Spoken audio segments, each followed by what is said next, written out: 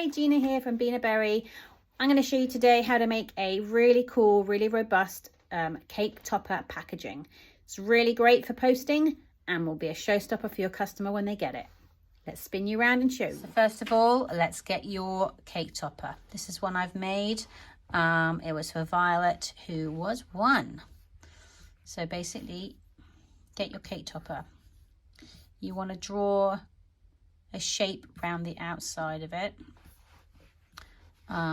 so that it's big enough around the outside that it's protected. So if it ever gets dropped, it won't be damaging or compressing or squishing any of your topper. Now you want to ungroup your topper. You just want to cut the outline of this topper. Okay, you don't want to cut all the intricate bits. Okay, so select it all. I'm not too sure why Siri's coming up. Go away, Siri. Select it all and change your inner lines to a score line. This is a line. So if you look over here, it's not a fill, it's a score line. And obviously you change your settings so that it's cutting really quickly with not very much power. This will give you a really nice score. So as you can see now, my intricate pieces here are just going to be a score line. So make everything on a cut layer. So I always do black. Okay, so this is your top piece. Today we're going to do it in 3 pieces, but I normally do it in 2. This basically means that there's like a little edge for your topper to sit on. But for this piece here, the bit that gets cut out, it's like a 2D piece. So when it sits on it, it's raised above it. But today I'm going to do it in 3 pieces. So you basically want to duplicate the black lines. Okay, so there's your second piece.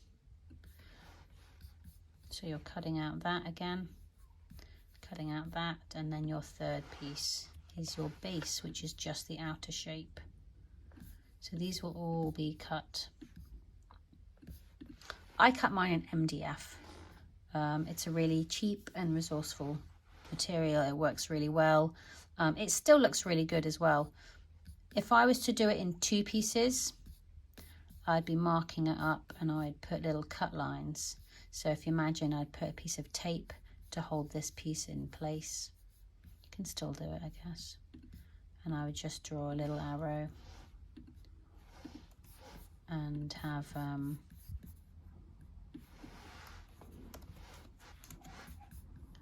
a little cut here. And then if you imagine you're putting sellotape across here, imagine that's tape, you just cut here and put little dotted lines and cut here and put little dotted lines. So you can imagine that's my sellotape, the red. I'm going to score that as well. It doesn't have to be etched. So you can go cut here and then you can duplicate this. Just mirror it over. Oops. What happened there? There we go. These again can be a score line. So that's the red is the tape. I also generally do one up here as well. So if you imagine this is being tape, then I do a little cut line here as well. So cut here. And then just have a little line. Again, just showing and indicating where to cut. This is if you do it with 2 layers, which I generally tend to do because it sort of keeps the cost down. So you're going to cut here and cut here. This is going to be glued underneath this one here. And then I'm going to get my logo, and I always put my logo on the back. Again, just etch it in, make it centered, of the piece, and then that will be stuck on the back. So you've got 3 layers. Your topper will then fit perfectly. You can discard this layer once you've cut it out. This one here will go back in on top of it. If you've got multiple layers and you want to protect them all, you can add different pieces in. So for example, if this flower was raised up, you could add an extra layer and build it up so that you've got different depths. But this is just a really simple one.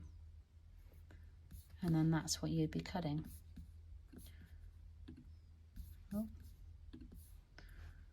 So it just looked like that when you cut it. You've got the flower bits that would be etched. Then you've got this bit, which is the middle layer, which would be just totally cut out. And then this will be your backer with your logo on it.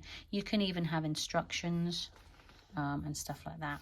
Now, some toppers are really tricky to get out, so I tend to put holes in the back. So if you just put that here, you're literally going to put some cut holes so you can push it through, and it's up to you how big you want them.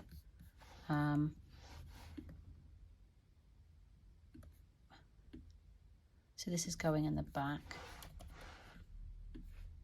and you might want one near the flower just to give it a little push. Put it in the middle of the flower. So these will be cut holes, so they'll be cut. I'll get rid of that.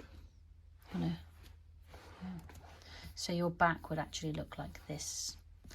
You want to remember to flip this. Let me just do that again. So you've put your flowers in, and then you want to flip it so it's in reverse. So when you cut it, delete that one. When you cut it, the holes will be in the right place because this is your back of your backer. Again, if you have any problems, any questions, anything like that, please message me. I'm more than happy to help you and answer. Then you can just send all that to print. So I hope you found that useful today. Unfortunately, I've actually got rid of my topper today. The lady came to collect it early, so I haven't got it to show you, but I'll put some pictures up and you can have a look at them as well. But that's it for me today. Hope you enjoyed it. I'll speak to you guys soon. Thank you. Bye.